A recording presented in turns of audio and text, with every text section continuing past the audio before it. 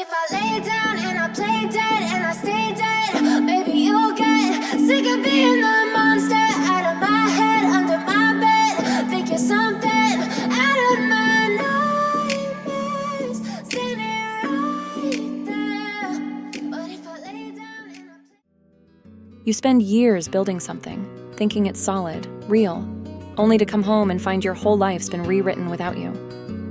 Autumn had painted Brookville in gold and crimson by the time I stepped off the plane. The cold air hit my skin like a welcome back hug.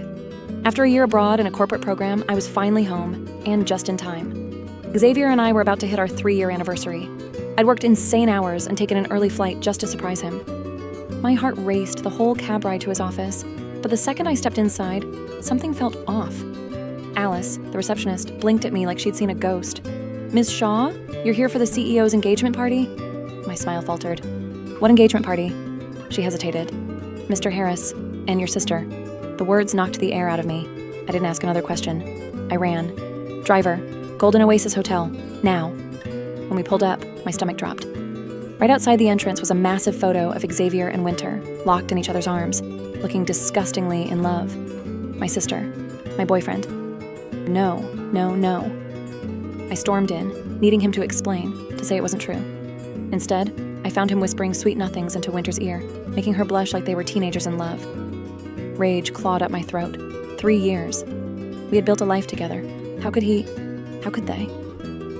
Winter noticed me first. Her face went pale, her grip on Xavier tightening like she'd seen a ghost. Then Xavier turned, smiled like I was just another guest. "Noelle," he said casually. "Here to celebrate our big day?" "Celebrate?" My voice shook. "Celebrate you stabbing me in the back? And you, Winter, you knew he was mine." Before I could finish, a sharp sting exploded across my cheek. I stared, stunned. "Mom?" "Don't call me that," Jade snapped. "You show up to ruin your sister's engagement? Shame on you. Why can't you just be happy for her?" "Because Xavier's my boyfriend." Her face didn't budge. "He's Winter's fiancé.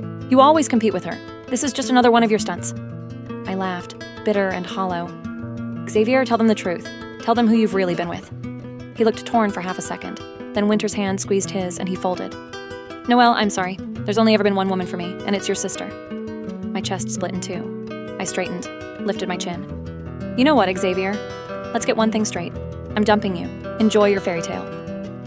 Then I turned and walked out, because if I didn't leave, I was going to scream. Heartbreak hurts.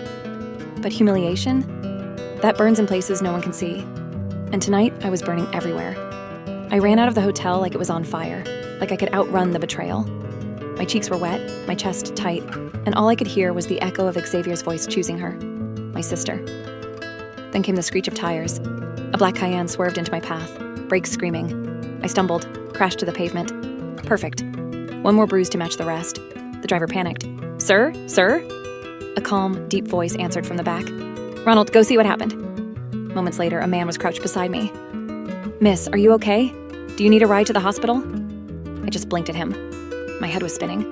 I could barely register his face, only the pain in my hands and the ache in my heart. I forced myself upright and tried to move around him. I'm fine," I mumbled, eyes darting toward the black car. Someone was watching me from inside. I could feel it. The kind of stare that lingered too long. My skin crawled. I quickened my pace, not even bothering to look back. I didn't owe anyone an explanation. Not anymore. Behind me, the man in the car still hadn't moved. Just watched. "Sir, we're at the hotel," the driver said uncertainly. "Should I pull in?" Silence. Then finally the man spoke. "Let's head back. The show's over." I didn't hear those words, of course, but I felt them, somehow. An hour later, I was hunched over the bar at the Majestic Lounge, the glass cool against my fingers. I never came to places like this. Too loud, too chaotic, too full of people pretending they're okay. Just like me. Rowena had always said this place was good for forgetting. I wasn't convinced, but I was already 2 drinks in, and everything was starting to blur. That was the goal, right? "Hey there," someone said, too close. "Did you come here alone?" A hand landed on my shoulder. I jerked away. "Back off." The guy smirked. "Feisty. You girls always say no, but you really mean yes." He leaned in like I'd invited him. I shoved him hard. My head was spinning, but I managed to get on my feet barely. "I said back off." I stumbled. He caught me. Too fast, too familiar. His arm slid around my waist. "See? You're saying no, but your body's saying something else." My blood turned cold. Not again.